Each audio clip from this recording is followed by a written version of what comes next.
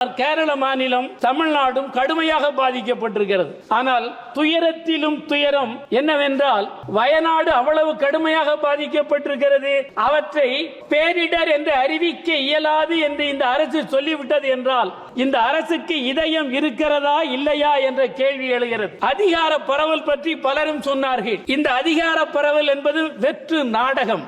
அதிகார பரவல் என்பது மாநில மத்தியத்திற்கு இடையில் மட்டுமல்ல, அடிப்படையில் ஊராட்சி அமைப்பில் இருந்து, வில்லேஜ் ஊராட்சியில் இருந்து இந்த அதிகார பரவல் தொடங்க வேண்டும். எது தேவை என்பதை மதிப்பீடு செய்வதற்கும் அந்த தேவைகளுக்குரிய நிதியை திரட்டுவதற்கும் உரிய அதிகாரத்தை உள்ளாட்சி அமைப்புகள் பெறுகிற வரை அதிகார பரவல் என்பது வெற்று வார்த்தை. ஒரு சட்டம் ஏற்றப்படுகிறது என்றால் மக்களின் எதிர்பார்ப்புகளை நிறைவேற்றுவதற்கு பொருத்தமானதாக அந்த பில் அமைய வேண்டும். ஆனால் இப்பொழுது முன்மொழியப்பட்டுள்ள இந்த பில் டிசாஸ்டர்களில் ஏற்பட்ட இழப்புகளில் மக்கள் பட்ட துயரங்களை பார்த்து அவற்றிற்கு தீர்வு தருகிற அம்சங்கள் எதுவும் இந்த பில்லில் இல்லை. எனவே இந்த பில் வரவேற்கத்தக்க பில் அல்ல. ஏனென்றால் பாதிக்கப்பட்ட மக்களின் எதிர்பார்ப்புகளை இது நிறைவேற்றுகிற அம்சத்தை கொண்டதாக அமையவில்லை என்பதால் இவற்றை நான் எதிர்க்கிறேன். அதேபோல் இயற்கை பேரிடர் என்பது பேரழிவை கொடுக்கக்கூடிய ஒரு விஷயம்.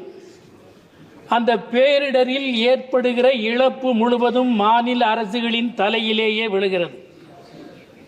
இந்த பெருஞ்சுமையை அவர்கள்தான் சுமக்க வேண்டியிருக்கிறது.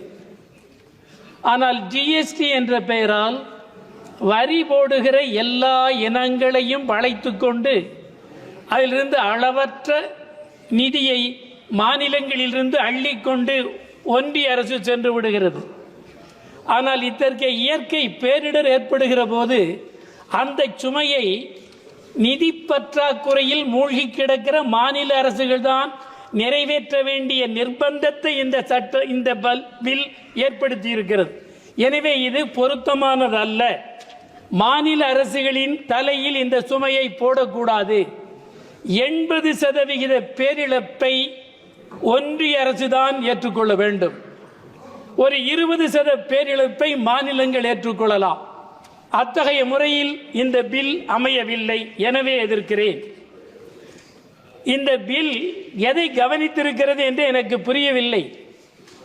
ஏன் இயற்கை பேரிடர் ஏற்படுகிறது என்பதை பற்றிய அறிவியல் பூர்வமான காரணங்களை கண்டறிகிற முயற்சிகள் உரியபடி அமையவில்லை. அதேபோல் அவற்றை முன்கூட்டியே தடுப்பதற்குரிய முனைப்பும் முயற்சியும் எப்படி இருக்க வேண்டும் என்ற நோக்கம் குறித்தும் எந்த கருத்தும் இல்லை. எதிர்காலத்தில் இத்தகைய இழப்புகள் ஏற்படுகிற போது அவற்றை தடுப்பதற்குரிய வழிகாட்டுதல்களும் இந்த பில்லில் அமையவில்லை. எனவே இந்த பில் நிலைமைகளை ஏற்கத்தக்கதாக அமையவில்லை. வறட்சி, வெப்ப அலைவீச்சு உட்பட இயற்கை பேரிடர் முழுவதும் பட்டியலிடப்பட வேண்டும். இவற்றால் எந்த மாநிலங்கள் இழப்பை சந்திக்கின்றனவோ அந்த மாநிலங்களின் இழப்பை ஈடுகட்டுகிற தன்மை கொண்ட பில் இந்த அவையில் முன்மொழியப்படுகிற போதுதான் நிலைமைகளில் மாற்றத்தை கொண்டு வர முடியும். அப்படி இல்லாத நிலையில் இவற்றை நம்மால் ஏற்க இயலாது. கேரள மாநிலம், தமிழ்நாடும் கடுமையாக பாதிக்கப்பட்டிருக்கிறது. ஆனால் துயரத்திலும் துயரம் என்னவென்றால், வயநாடு அவ்வளவு கடுமையாக பாதிக்கப்பட்டிருக்கிறது. அவற்றை பேரிடர் என்று அறிவிக்க இயலாது என்று இந்த அரசு சொல்லிவிட்டது என்றால், இந்த அரசுக்கு இதயம் இருக்கிறதா இல்லையா என்ற கேள்வி எழுகிறது. எனவே நான் குறிப்பிட விரும்புவது, மாநில தமிழ்நாடு அரசும் கேரள அரசும் கோரியபடி இயற்கை பேரிடர்களை சந்திப்பதற்குரிய நிதியை உத்தரவாதப்படுத்த வேண்டும் என்று நான் கேட்டுக்கொள்கிறேன். ஒரே ஒரு விஷயத்தை சொல்லி முடித்துக் கொள்கிறேன். ஒன்று, அதிகார பரவல் பற்றி பலரும் சொன்னார்கள். இந்த அதிகார பரவல் என்பது வெற்று நாடகம். அதிகார பரவல் என்பது மாநில மத்தியத்திற்கு இடையில் மட்டுமல்ல, அடிப்படையில் ஊராட்சி அமைப்பில் இருந்து, வில்லேஜ் ஊராட்சியிலிருந்து இந்த அதிகார பரவல் தொடங்க வேண்டும். எது தேவை என்பதை மதிப்பீடு செய்வதற்கும் அந்த தேவைகளுக்குரிய நிதியை திரட்டுவதற்கும் உரிய அதிகாரத்தை உள்ளாட்சி அமைப்புகள் பெறுகிற வரை அதிகார பரவல் என்பது வெற்று வார்த்தை என்பதை சொல்லி முடித்துக் கொள்கிறேன். வணக்கம். Thank you very much. Sri Pappu Yadav ji.